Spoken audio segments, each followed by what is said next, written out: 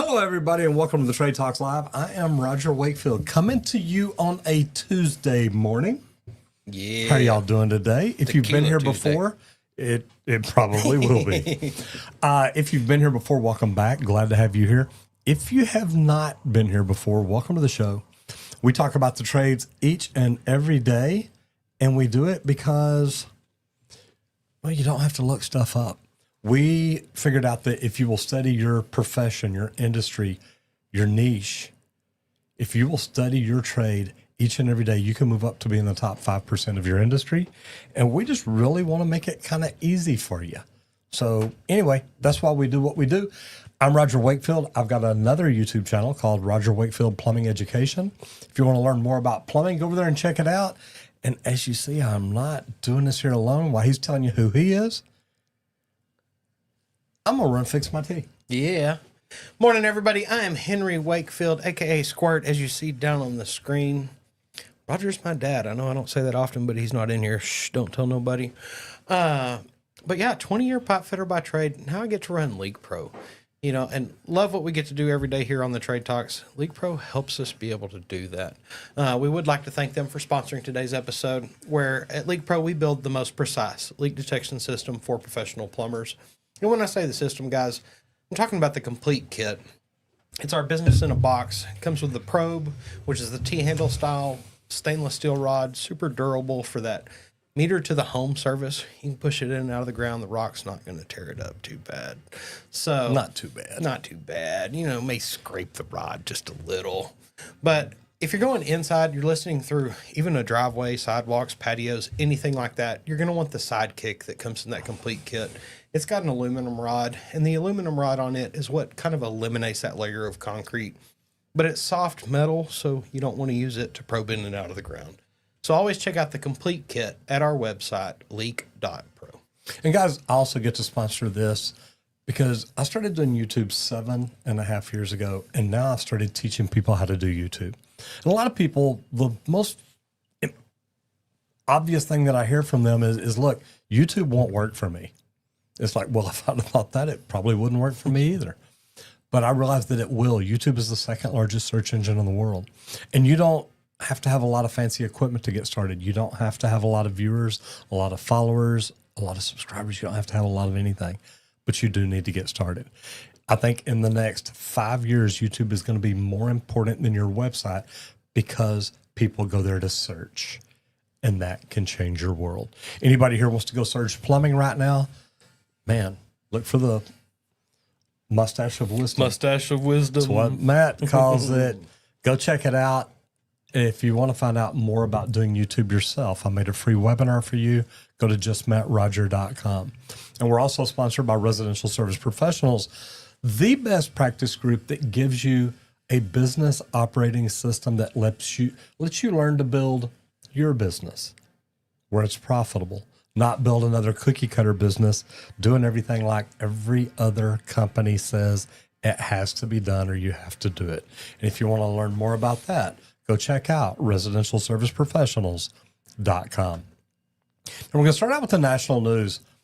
All electric requirements for new low-rise buildings in New York starting January 2026.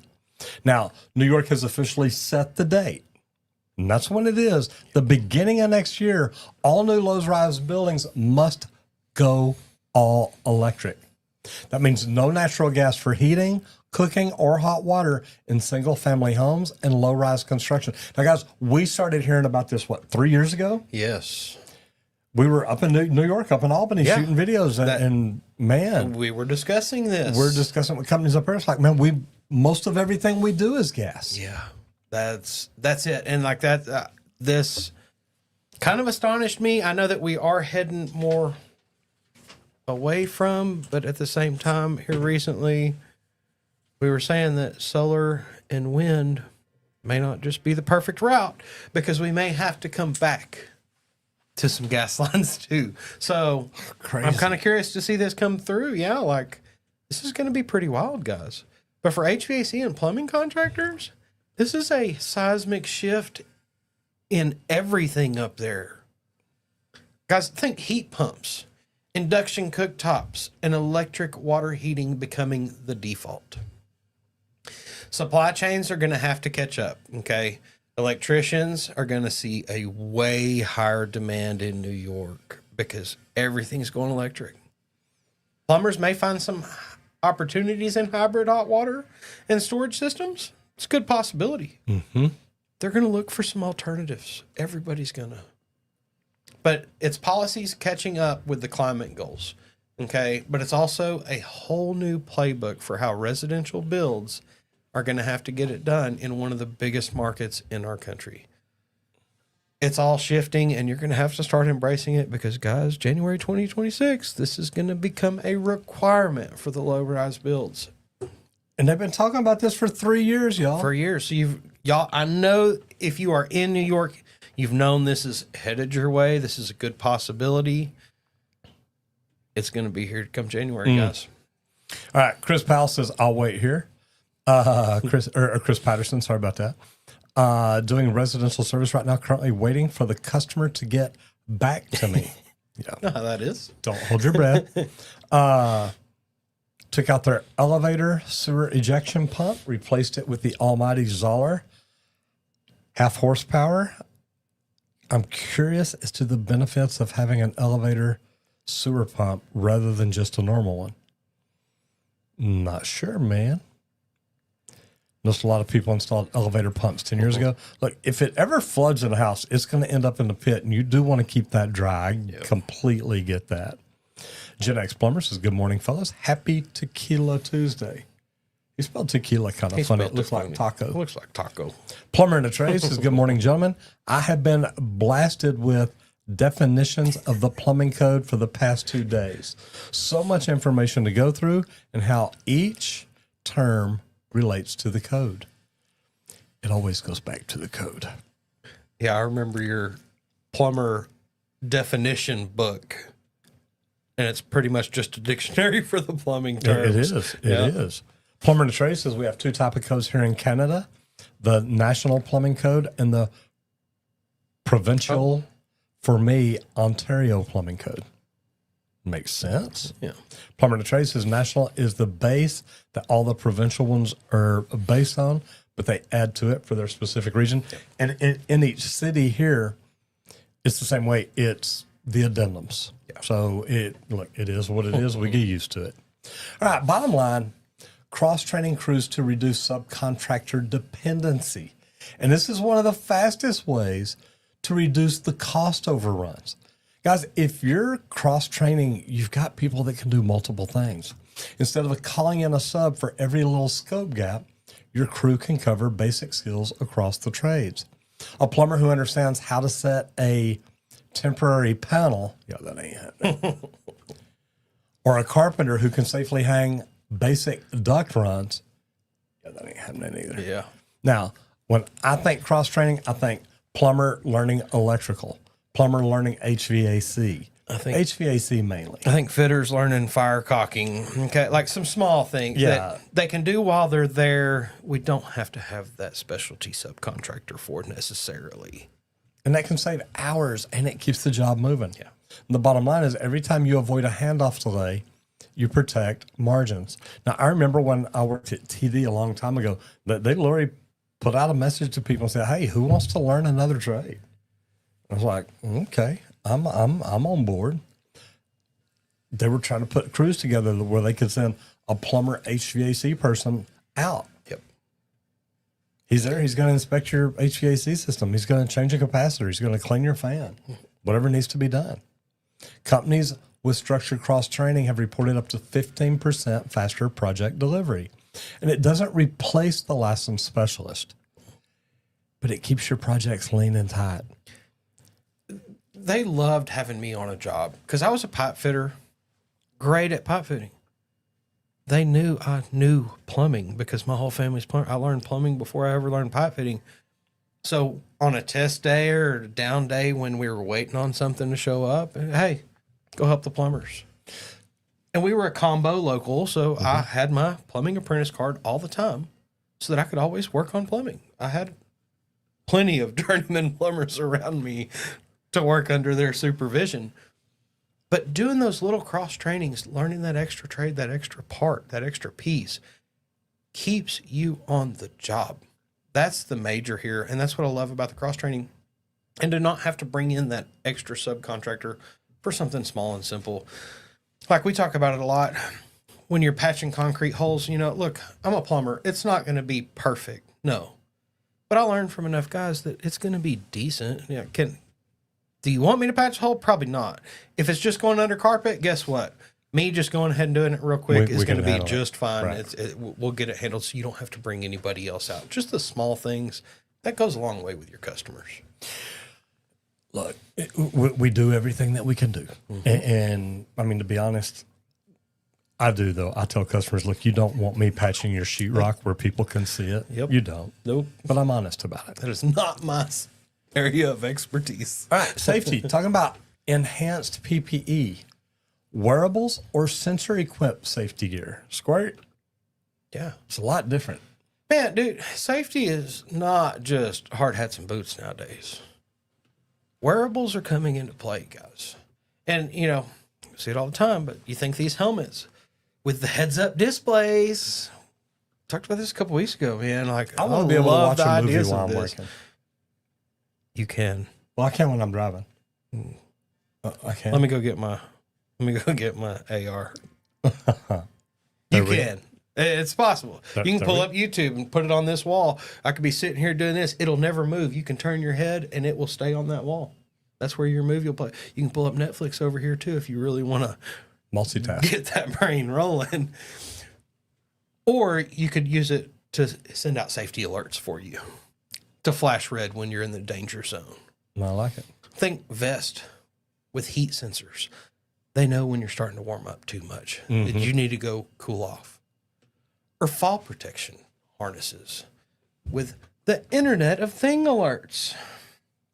I'll let you know you're at a leading edge. Let you know. Well, I know that. That's why I got things are happening. That's right. Harness on. But what if you're facing the wrong way and you start to get too close to that edge and it triggers an alert just to let you know, hey, don't step back again. Now, I hope it doesn't startle you, okay? That's the thing you got to be ready for, too. Scared me to death. I fell off the building. Yes. But, guys, on some large projects, contractors are already using this tech to catch fatigue, to know, look, he's about to fall out. Cool him down, get him some water, to track the location of your workers. So guess what? You can't be sneaking off that job site no more, guys. Don't be sleeping in the Connex anymore. That's it. You're going to have to take a dog and put that vest on it. Or your apprentice, you know, whatever. Yeah, whichever. But you can also respond faster in emergencies. You know, think of that when you're sending somebody, boom, here's where you're going. Take my phone with you. That's exactly where you're headed to get to that emergency. Drop the phone with a guy in charge over there. He'll get it to me. Don't worry about it. The investment pays off a lot. There was a pilot program in Texas that cut the recordable incidents by 25% just by monitoring the heat, stress, and slips. Guys, this isn't sci-fi anymore. This is reality. It's hitting jobs now. It's making jobs better because these alerts, it's reading things that you don't notice because you're in the zone. You're working. You're about to fall out. You're about to overheat. You don't realize it. Yeah, you feel wore out, but guess what? You feel wore out a lot. So you're not sure. Oh, you stop sweating. Guess what? Go cool off. Okay. It's going to send alerts before that starts. And that's what I like about this. It's this preventative that it's going to let you be alerted on and know. I want the Milwaukee hard hat that has all that. I mean, I've seen it, man. It's got the headphones, the muffs. It's got the fold down glasses. You know what? It's got. We need to order one and do a video. We do. Try one because that's. I like that, and it looks pretty cool. I like that, and it looks more like a bicycle helmet than a hard hat. The new style. Because a lot of were asking me what I think of the new styles. There's no brim, okay, and like when I first got in, I remember all this brim is in case anything gets dropped off the building, so it doesn't cut off your nose, so they don't fall in and come back up under and yada yada yada. I was always told so it doesn't chop off your nose. And it's like, okay, that brim's going to stop something from chopping off my nose. No, it's not. Like, Yeah, it's going to chop off the hard hat. Come on, it may bounce. That'd be cool. But if it's going to cut off my nose, it's going to cut off that brim. The new style, it's more like a rock climbing helmet. Yeah. Strapped. Guess what? You can do helicopter picks, no problem. You don't need a strap. You're used to it already. It's your you've already norm. got yours strapped on. That's it. And you're not frustrated because of that strap. Because I'm going to tell you, if you've ever wore one of those chin straps, it is so annoying. But if that's a part of your normal, it's not anymore. If it's more like a bicycle helmet. Yeah, and that's it. And people can say, well, I could never get used to that. Well, you know what? Said we'd never get used to wearing a hard hat all the time. Said we'd never get used to wearing safety glasses all the time. Gloves all the time. You bet. Man, I remember when they first said 100% gloves. I'm like, dude, you know how many tiny things I deal with? Well, look, there's a couple of exception times, but you take them off, you put them right back on when you're done doing that, because we don't want hands to get cut on a normal basis like every other job going on. Want to jump in and say hello to Matt McDonough. This is Mr. Miyagi of Plumbing and Squirt. What's up, brothers? Tequila Tuesday. Oh. Love the flex tape video. I've had people call me and say I flex taped it. It should be okay. I'm like, oh, hell no. No, I agree with you, brother. LeakPro and Roger Wakefield Plumbing Education. Don't forget to like and subscribe. Yeah, guys, if you're in here, just give us a thumbs up. Just say, yeah, we like what we see here. Man, and subscribe. Be part of the first 31K strong, baby. Hey, gotta love it. All right, moving on to new construction, because clean energy maker projects like data centers, electrification mandates, stuff like this, and the clean energy infrastructure is fueling massive construction.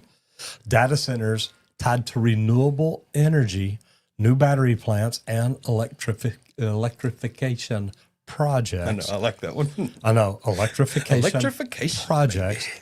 are breaking ground all across the country. Yeah. Now, these are really MEP heavy. Okay. The build, you've got high voltage distribution, you got advanced cooling, you got redundant water systems. And for trades, it means steady work for the next 10 years at least. Yeah. Probably 20, because the way this AI is growing, guys, data centers are going to keep this growing. one. It's going to lead to the next one, and the next one, and the next one, and then we're going to come out with something whole new to do it, guaranteed.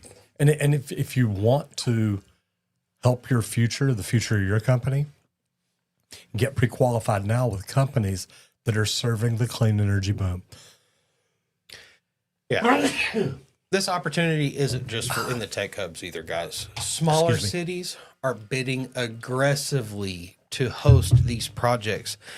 And if y'all have never heard about that, a lot of these projects, they shop for the city that they're going to build in. Well in advance. Well in advance. States, cities, counties, all of it dwindles down to, oh yeah, here's where we're going to build. They get tax breaks. They get different things. It's tax break. Where can we make the most money? Yep. And also those cities want them to come there because their city gets to grow. Because the data centers come, more workers, more steady things. You're going to get neighborhoods. You're going to get more schools. You're going to get all these things, especially for the size of data centers that they're building these days. It's getting pretty massive. But it's a lot of data that we deal with, and everything's getting bigger and better, and before long we'll be an 8K, 16K, 32K video probably before too long, you know? Well, we've already got 8K. Won't take long. We're just not using it a lot, but we've got it. No, it's there. Before long it'll be 32, 64K video. It's going to be so real, you're going to be able to... Never mind. Sorry about that. Okay, mindset growth. Leadership development from field to management roles. Now, too many foremen get promoted without the tools to manage people. You know, we're talking about that. I interviewed Randy a while ago for a podcast interview. Yeah. We're talking about some of these apprentice of the year type graduates come out, and the companies they're at, they want to make them a foreman. Yep. It's like, look, give them time to learn. And just because somebody's a good hand doesn't mean they're going to be a good foreman. But they get promoted without the tools to manage people, not just the projects. Leadership in the trades is learned. And I hate to say this, guys, it takes time. You cannot take an apprentice of the year out of school and put him as a foreman and expect everything to be perfect. Man, give him a couple of years to learn. Give him time to mess up. I hope his whole apprenticeship, he was teaching apprentices what to do. Yeah, because it's a whole different game. That's it. Like, if they don't get that time to teach one person their ways, how are they going to teach a crew how to do the job? That teaching that one person is what helps them learn how to communicate with somebody, how to delegate very specific tasks and portions to that person that's below you.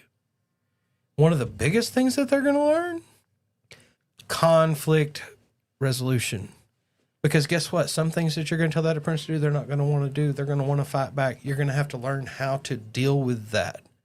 Because the main thing that you are as a boss on a job, you are a human babysitter. Every day. It is your job to keep everybody as happy as you can. And guess what? You can never keep everybody happy. They're all pissed off for some reason or the other. You've got to figure out how to deal with a lot of that conflict. From apprentice school to running jobs, there's no conflict resolution at all, except for them arguing with other apprentices and how they dealt with that in the school. But, you know, we've seen some seasoned field hands that struggle when they step into an office or a superintendent role without the right training. And I feel like that happens all the time in the trades, because that's what I told a lot of people. They always ask me, I said, look, it's always sink or swim. Isn't that what the trades are? Like, I don't care what it is. I feel like I've always been here. Can you tread water or not? Let's find out. We'll know real quick. They don't always give you that training. Luckily, most companies don't. That's it. Luckily for me, I knew some superintendents that I would question some things on and just try to get some understanding at how they thought about things. Because if you actually invest in the leadership development, it pays back fast. Okay, there's less turnover. Schedules are held a whole lot tighter than they could be. And smoother client relationships, because they know how to communicate when that customer's out on the job. I worked a lot for owners. They'd come out. Guess what? You've got to talk to them. If you just turned out and graduated apprentice school, you don't really know how to talk to an owner that y'all are putting work in for yet. You're not wet behind the ears, as them old school guys would tell you. And you're not. It's okay. You need to be a part of it, involved in those conversations, but not the forefront of it, so that you know how those things go, so that you're ready for when you are leading that. But every company should be grooming their next leaders now, not waiting until, they're about to leave and retire. This seat's about to open. Let's get somebody taught what all they need to do to take over. Guess what? That's too late. You want to prep them so that they're ready when that seat's there, and they're like, yeah, finally my seat's open. Yeah. And they're ready to embrace it and take it. I love it. Now, and look, guys, I see questions and comments coming in on TikTok and on Instagram. And guys, those are so small I can't see them. If you've got questions or comments, please jump over to YouTube, find the Trade Talks Live, and jump in and say, hey, here's my question or here's my comment. Yeah. Did I read the top one out loud? Yeah. Mr. Miyagi of Plum Squirt, what's up, brothers? Yeah, Flex happy tape. Tequila Tuesday. Yeah, Okay. yeah. Okay. Go LeakPro and Roger Wakefield. Absolutely. Plumbing education. Don't forget to like and subscribe. I just wanted to read that one again. I know it. Matthew Trevino says, had something fall and knock off my hard hat. Then immediately something else fell and hit my head. Chin strap would have saved me. They do. They come in handy. Yeah. They really do. Plumber in the Trade says, question for you guys. I live in a very bilingual area, English and French. If I were to start a service company in this area, should I have bilingual adverts? Absolutely. If you're, it's funny because, and I love that you asked this, Plumber in the Trades, because I had a company call me and ask me about marketing out of San Antonio, Texas. And I'm talking to them, and I said, because they're wanting to learn YouTube, they're wanting to do what I do. And I'm like, yeah, I can teach y'all. So y'all are in San Antonio. I said, oh my God, do y'all speak Spanish? And they're both like, yeah. I said, cool. You can make videos in Spanish and English. They said, we don't want to make them in Spanish. I said, why not? And they said, just because we don't. I'm like, dude, you understand you live in a city that speaks 80% Spanish and you don't want to do Spanish. And we ended up not working together because I'm like, look, I can really help you grow, but you got to listen to me. And they're like, yeah, well, we don't want to do that. It's like, okay. Plumbing the Trade says, I'd be serving in both languages, just don't want any advertising I do to be too busy. No, you do some in French, some in English. That's it. Separate ads. Do them on YouTube in your area. Plumber Trade says, I believe having the bilingual aspect is a plus for opening a great avenue. Communication is just a way to get your jobs in order. Matt, you're so dead on right. Says, I don't speak Spanish, but I take someone with me who can translate so I can share with the customer why I'm going to fix their problem. Absolutely. Guys, look, we get to do this because of what we do on YouTube. And I started doing YouTube 7.5 years ago. And man, I want to learn Spanish because I want to make videos in Spanish and English. I mean, I'm kind of already doing it, but you know. But here's the deal. YouTube helped me grow a business. It helped me grow it, scale it, and sell it. And if I were you, I'd be trying to figure out, no matter what niche, industry, or profession you're in, how do you use YouTube to help you? And I teach people how to do that. I made a free webinar. You can go to justmattroger.com, check it out. You don't have to have a lot of fancy equipment or followers or views or anything like that. You've just got to get in there and get started. So if you want to learn more about it, go to justmattroger.com. This video is also sponsored by Residential Service Professionals. If you want a business operating system that gives you everything you need to run your business the right way, to help you figure out if you're charging right, are you tracking things right, are you looking at your KPIs, are your KPIs being handed to you every day? If not, you need a business operating system that works without being handcuffed to one of those big best practice groups. So guys, if this is something you want to learn more about, go check out residentialserviceprofessionals.com. That's it. And everybody, we'd like to thank LeakPro for sponsoring today's episode of the Trade Talks, where we build the most precise leak detection system for professional plumbers. And don't just settle on getting the equipment. If you don't know how to do leak detection, give me a call, because I offer a 2-day in-person training here just outside of Dallas, Texas. I've got an extra thick slab out here to train you on. I've got 11 leaks underneath there. It's 130,000 square inches to start. By the end of 2 days, you're going to be within 12 inches, which we call in the hole. Every hole I lay out to actually go through a slab is a 2-foot by 2-foot section. And realistically, guys, you're going to be within the foot by the end of the first day. Come through. I'm going to teach you the full process, the approach, how we actually go through, and the leak is going to lead you to it. You're going to learn the process of how to listen to it, though. Out here on the slab to pinpoint locate leaks under a slab. I also have one outside of the slab itself, so we can go through that, teach how to locate the lines with a locator. But then I also have a couple sewer systems set up, one cast iron and one PVC, where we'll teach you to go to the double clean out outside of the home and be able to determine precisely where that sewer system is leaking, and not have to tell your customer, oh, I got to replace the whole system. Do you? Could you prove that for me, please? Because I want you to. We can prove what really needs to be replaced there or not. And we'll teach you exactly how to do that. So if you want to learn how to do leak detection, give me a call at 1-8888-LEAK-PRO.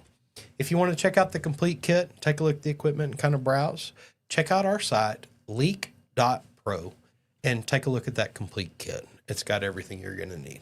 You know, the cool thing about it is we found leak detection a long time ago. And I was buying up every system. I wanted to try everything. I wanted the very best. And, you know, what I realized is the most expensive ones out there weren't the best. LeakPro was probably one of the most affordable systems. And then the way it's packaged, the way it's put together, the way you walk in looking like a professional, it's freaking phenomenal. So go check it out, leak.pro. I'm going to jump in the comments real quick. Matt says, YouTube helped you grow, but you grew that beautiful mustache of wisdom. Gotta love it. LeakPro and Roger Wakefield, plumbing education. Guys, check them both out. Matt McDonough, thank you for your input, good sir. Always appreciated. Plumber in the trades, he is a great person to have on your team. So a question for y'all real quick about this mustache of wisdom. Yeah. Is mine just running over? Oh my God. I think yours threw up. All trades. Coordinating shared infrastructure. Now, jobs fall apart when trades do not coordinate shared systems. And look, guys, you got to. Yes. Condensate routing, cable trays, fire stopping. When the plumber's line blocks, the electrician's conduit path, everybody gets pissed off about it. I completely get it. Now, and I'm going to frown when I say this, but the professionals use clash detection tools. Sometimes they turn them off. Yeah. Because I've been there. But on smaller projects, it's about weekly alignment conversations. Are you meeting with the right people? Are you getting them all together? Are you creating a huddle and saying, look, we all got to get together and talk and see, here's where I got to go. Here's why I can't change this. I can't move this. Now, a GC in Dallas that we know of shaved a couple of weeks off of a mid-rise schedule just by adding Friday shared space walkthroughs. Where all the subs had to walk through and say, okay, here's where we're at, here's where we're going, here's what's happening. You know, the electrician, you're in here next. What's going on here while I'm doing this? Plumber says, oh, wait, you can't. I've got a drain line coming across here. I love that because I did a lot of high-rise buildings and I did a lot of shaft work in the same shaft as the HVAC guys, which did large duct work going up these chases. I had to get with those guys. Look, if I put my pipe in, can y'all still get all your duct in? What floors do I need to leave it out on? What do I need to do? You have to talk to the other trades in these shared spaces. And I love this Friday walkthrough of the shared spaces themselves. Because we kind of did that in the field when you'd hit those. It's like, well, hold on, who else is in this shaft with me? Okay, let me try to find the guys that are working on that. When you work on high rises, you find out pretty quick of who all's working in the chases. It's not hard to figure out because we're set for it and we're all set up moving and doing those things. Get them and team up, though. That makes the shaft run smooth for everybody. It's like, look, you can pull all this stuff up, but I need you to leave me this section because this is where we're actually going to load ours in and be dragging and doing. Perfect. I'll leave this one section out. We'll get all this up. We'll get this down, and then I'll pop that piece in, and we'll be good to go. But guys, what I'm going to do is I'm going to temporarily have it there for a minute, and then I'll remove it, and it works, and they love that. So, and you need everybody looking at it. You need everybody's input on if it's going to go smooth or not. Okay, laws and licensing. Now, Randy, the local licensing reform for modular building and prefab is getting talked about a lot. That's it. Cities are rewriting the rules for modular and prefab installs. And this piqued my interest because think about if I have my building built in California and shipped here to Texas. Which code do they go by? What code do they go by? Is it good? Can I install that? Some jurisdictions out there, they're fast tracking permits for these factory built units. While others, they're tightening the inspection requirements. Okay.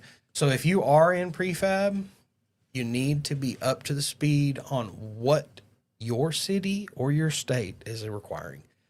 And I would check both, city and state, not just one or the other. But even that, we've seen so many of these built in Nevada that are being shipped around the country. Yep. You've got to know the inspection code, what's it to be built by, what city it's going to be installed in. Yep. Now, California, they're now accepting some third-party factory inspections in lieu of the on-site checks for some prefab components. That's going to cut some weeks off of schedules, but it's not for all the components.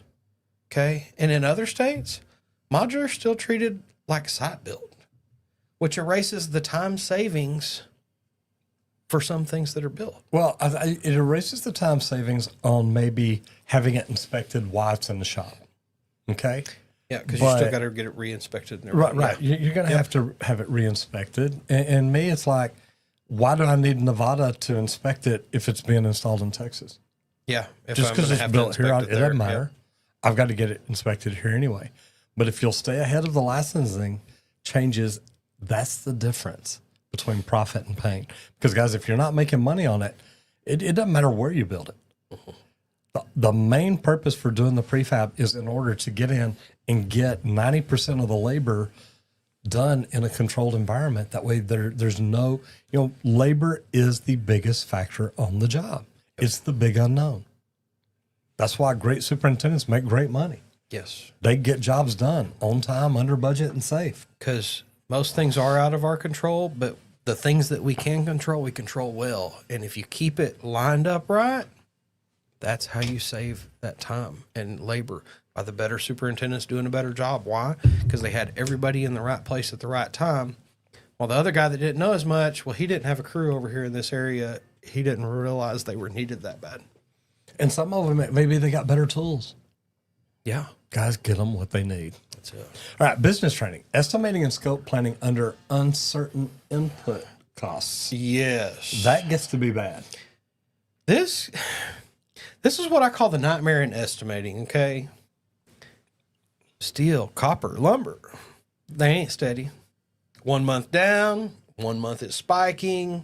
And the thing is, once it spikes, it never comes back down a lot. It never comes back down a lot, like a little, and then it goes back up, and then it comes back down. And I've been in that spot where I couldn't send a quote out that was good for 24 hours. Was not good for even 24 hours. I had to put, that's hard to do. This is good for 23 hours and 59 minutes. That's what I had to put Because the on price it. may be 20% more tomorrow on the materials. It was fluctuating too much. It's a disaster. But that volatility, it can kill your budget unless you actually plan for it. And luckily, guess what? I knew what the market was doing. So did the customer. Okay. So if you get smart about it and you build an escalation clause into the bid, especially when this is going on, it kind of became our standard just to have this in because you don't ever really know what the market's going to do. Things shift really quick. But also you can use rolling averages for the material cost. Look, hey, we may save some here. This is going up. This is going down. We're going to carry it all here. We're going to track what changes along as it's going so that you may recoup some, you may have to pay more for some. We're going to find it and actually track it. It's more like your cost plus approach. You could do a couple different options there. But some, they're pre-buying the critical materials or setting up some supplier agreements with the price locks. This was one of my favorites. I had a lot of my vendors that would do this. They were happy to do it because then they knew they were locked in to get that job. Yep. Estimating today, though, it's about the risk management just as much as the actual takeoff. And that's what sucks, because it used to just be the takeoff that you're required for it. How accurate is that? Oh, no, now you need to worry about fluctuations, all this other stuff. But, guys, if you're not adjusting for any of that uncertainty, you're gambling with your margin because it can go great, it can go bad. You don't know, and it can shift so fast because of something that happened in the world. That's the thing that I learned. And you have to put in some of these clauses on your bid that help cover your butt, because if not, and you said, yeah, I got it no matter what, guess what? You've got to pay it no matter what. No matter because what. that's what your contract says, and that's what you agreed to. Even though this was out of your control, if you said you got it, guess what? Contract says you got it. You should have it. And that's rough. And it's tough to do because, you want to keep the price down. Mm-hmm. You're like, look, we're bidding this. And a lot of times, a lot of these jobs are bid very aggressively. So aggressive. It's like, look, we're cutting our margins a percentage. Yeah. We know we've got a good superintendent we're going to put on it.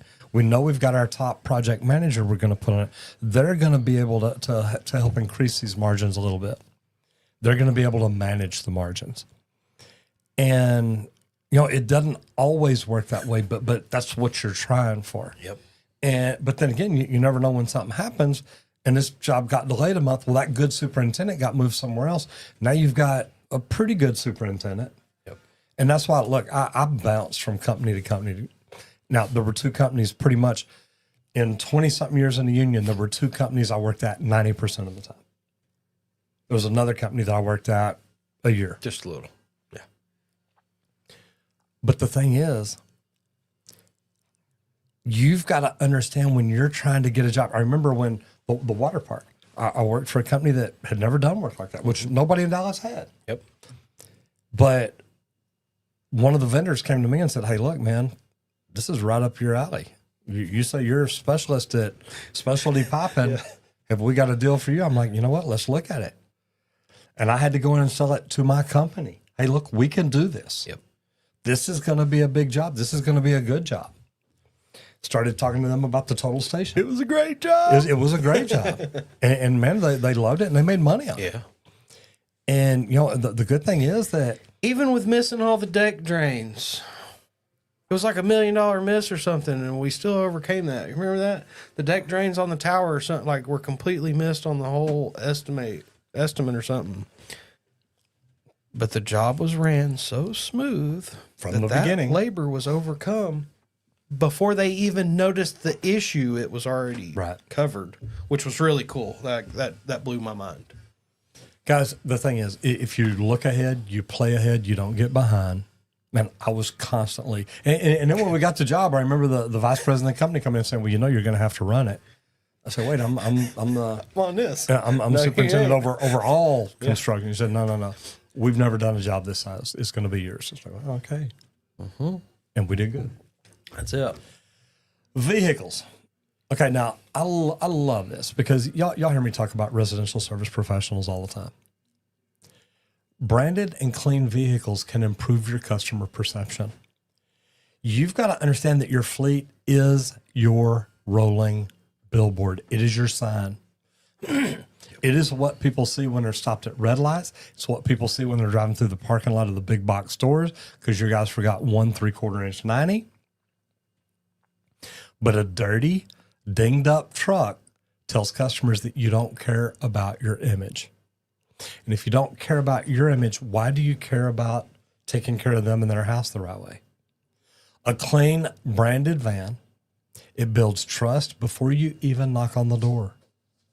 Okay, and I promise you, in the world today, as soon as you pull up at the house, people are watching you.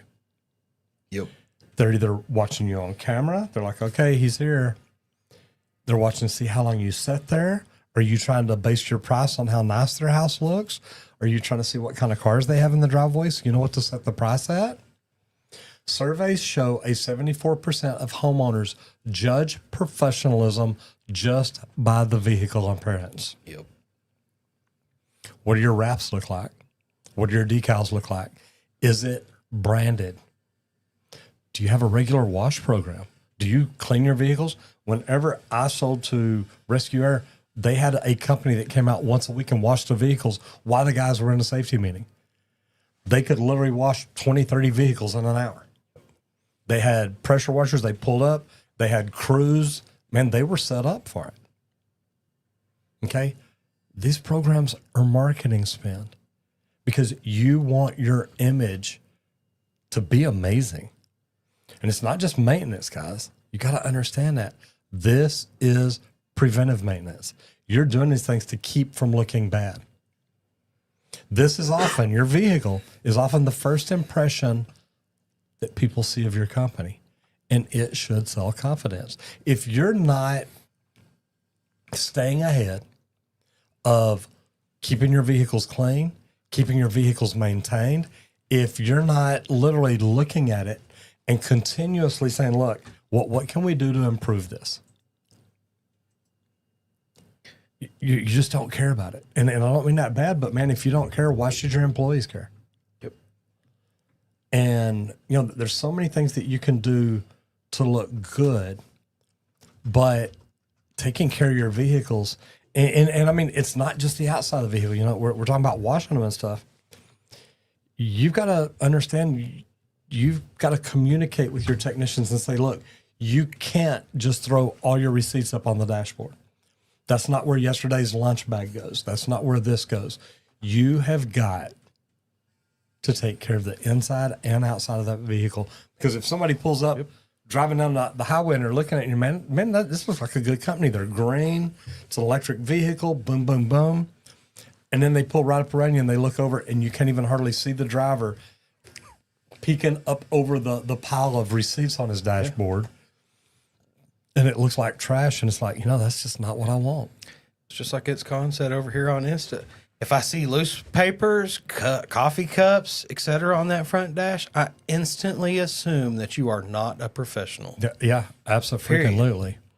All right, Matt says, here we go, up here somewhere. There we go. Says Matt, Plumber in the Trade, says, Matt, thank you for your input. Yep. No problem. He's a great guy. You are a Viking, sir. That's a beard of a leak whisperer. Of a leak whisperer. Yeah, it is. I should set up a short bus with Department of Correction on it. Ha ha ha! I'm here to do your HVAC. That's pretty good. I like it. Good stuff, brother. Good stuff. I like it. Yeah. Says I love showing up in a vehicle that is complete out of left field, catches people off guard, makes them laugh most of the time. Show up in a clown car or something. Not all of it. Yeah, show up in a little bright pink Volkswagen and climb out in a clown suit. Yeah. All right, so social media spotlight. Today, welding. And today we're talking the Handy Welder 2.0. The spotlight is on them. They're a creator who's bringing welding tutorials and job site tips straight from the field. What sets this account apart is the balance. Technical breakdowns of MIG and TIG work mixed with lighthearted day-in-the-life content. One of their recent reels showing a pipe weld x-ray test hit over 400,000 views, sparking discussions on technique and certification. Now, this is a great example of how tradespeople can use social media to teach, build a community, attract work, and it starts on YouTube. Squirt, why'd you pick the Handy Weld? Man, so this made me think back to all the old school welders I came up under. Now, this is a channel out of Indonesia with It's kicking it. 4.21 million subscribers, over 3 billion views. Yeah, billion. Y'all heard me. Oh my gosh. But one of the cool things about this is it made me think of the old school welders I came up under and all the tools that they would build on a job. Oh, yeah. Some of the coolest tools that fitters and welders use, they build them themselves. It's not anything you just buy off the shelf. So I stumbled on this channel and just looking at it, I'm like, oh my gosh, they're making tools. This is what I really recall from the true old school welders, because they'd be like, oh, hey, yeah, go grab me that. Here, cut me this. Give me that rebar. Give me this. And they'd build something, and it's like, oh my gosh, you had a purpose. And it's hard to figure out how these welders get so creative. But guys, check this out. Like, they go through and they build things. There's some pipe benders that they built, things like that. And some of the tools, you have no idea what they're building until they're done, and then they actually hang it on something, and it's like, oh, that's what that's for. Okay. But I thought this was just really freaking cool. Something different than what we normally look at. We've looked at arc welding. We've looked at things like that. But this is going through building benders, building tools that you can actually use on a job, making rollers, custom fabrications, things like that. How to kind of go through and think outside of the box. And that's what I liked about this one, is it's just different. Solid clamp. I've had so many fall apart. I understand exactly why they're building their own ground clamp there. There's just a lot of different things here that we don't normally see, and I haven't seen many channels that show off a lot of this type of stuff. No, this is cool stuff. So some of the oldest here, you should know 3 amazing tricks of a welder: enclosing large gaps with metal. One of the hardest things to do whenever you're first starting your apprenticeship learning to weld is when it blows out, how do you refill that? How do you actually repair that and salvage something? Big gaps is the part that you're usually fighting. And that's what makes it hard. So go through and learn some of the tips and tricks. do's and don'ts of things, some different rods, different ways to attach, different tools to build. It's one of my favorite things because, like I said, them old school welders would come in and build a tool, and it's like, oh my gosh, that's awesome. Some of the most popular, like this.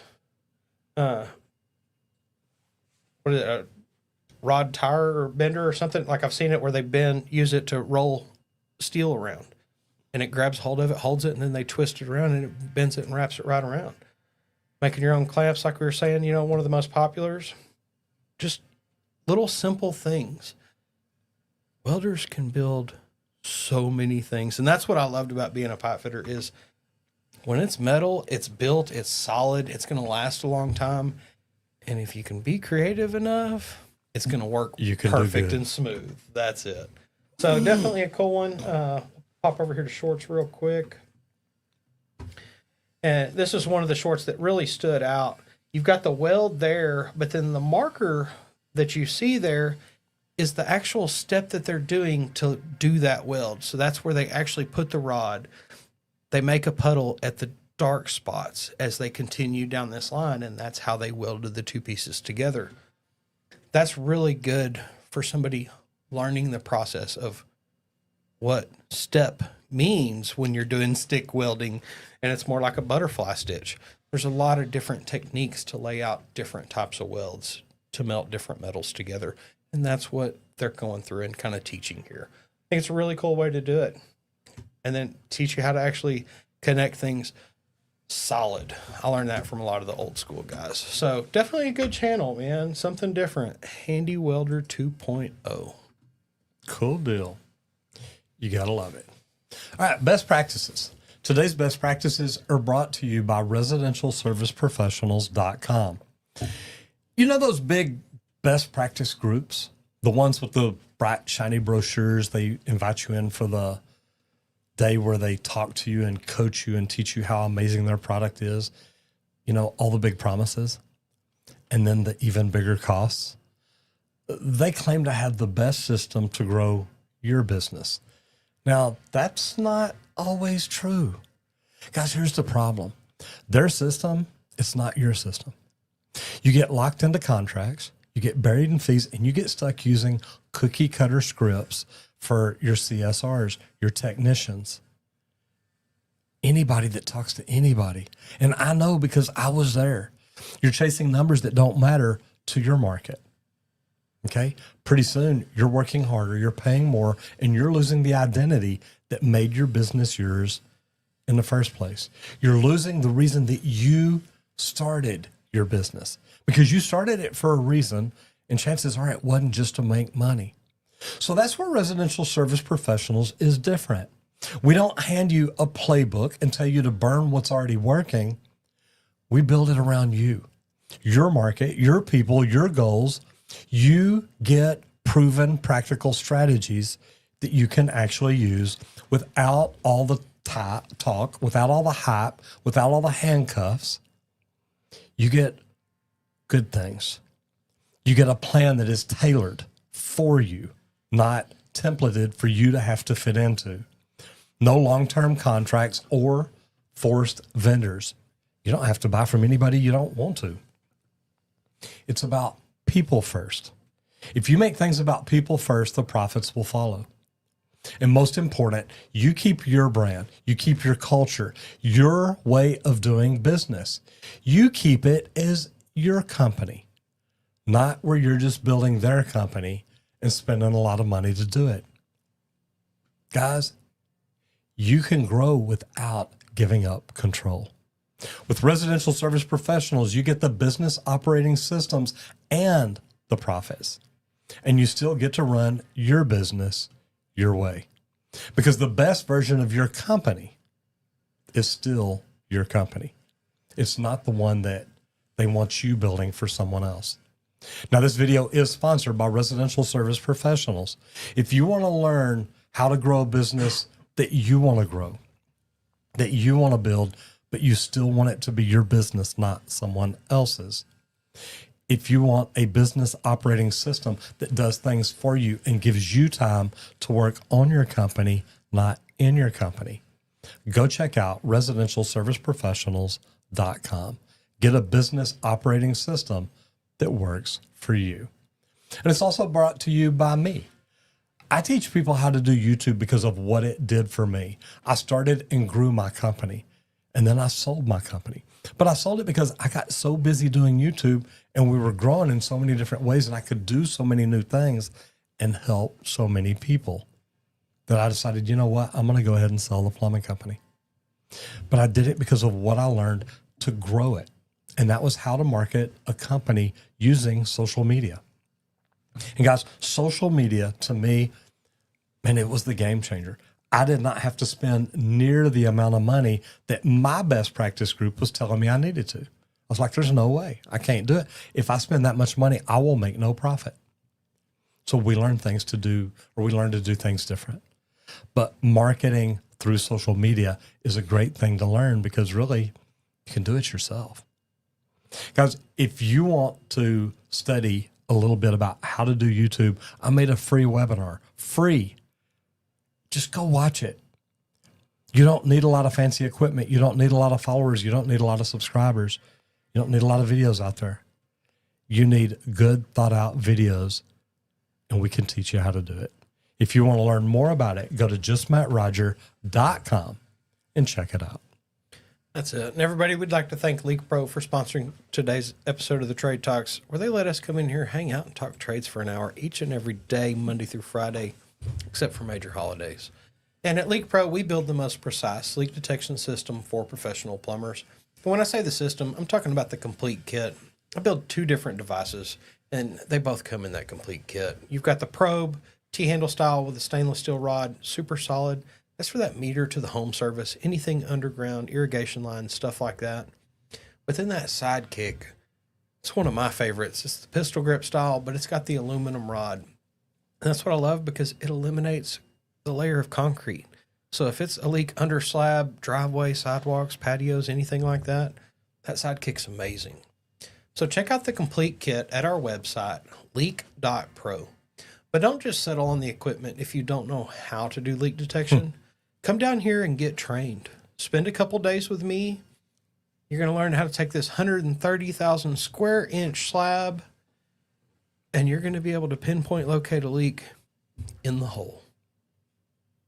We're going to run you through 30 to 50 leaks out here. I'll teach you how to locate lines, pinpoint locate leaks under a slab, outside of the slab, even in sewer systems. I've got a cast iron and a plastic one set up. I'll teach you how to determine where a sewer system's leaking, all from the double clean out outside of the home. So give me a call if this interests you at 1-8888-LEAKPRO. I'd love to talk about the equipment or the training and how we can add this to your list of services. Guys, we love what we do. I don't know if y'all can tell, but what we do, we have fun. We get to talk about some great topics. We get to bring y'all new information each and every day. I mean, we really are. We're so lucky to be in a position where we get to go live every day and talk to y'all. But it also puts us out in the public. We get to get out and we get to go to conferences. We get to see people. I'm actually headed to Oklahoma City today to speak at the American Subcontractors Association. I will be there tomorrow. Well, I'll be there today, tomorrow, and Thursday. And then I'll be back. So Wednesday, I think I'm speaking right up until the live. So yep. I'll either be later. I'll probably won't be here Wednesday. That's what I'm telling you. Okay. No Roger tomorrow. Right. Yeah. Because it's today. Yeah. I show up today. I go live tomorrow. Right. I had to think about that. Okay. Good to know now. Right. Yeah. Better to let you know a day in advance. Yeah, I've got work to do. I love that. Perfect. But I just thought about, because I looked at the time yesterday. I thought, I'm on stage till right at start time. So, and you hate to just jump and run because people want to talk. People want to talk. They do. So and the good thing is you understand that. Yeah. You've seen it. So guys, what I'm going to tell you is have fun at work. Enjoy what you do. Live your dream.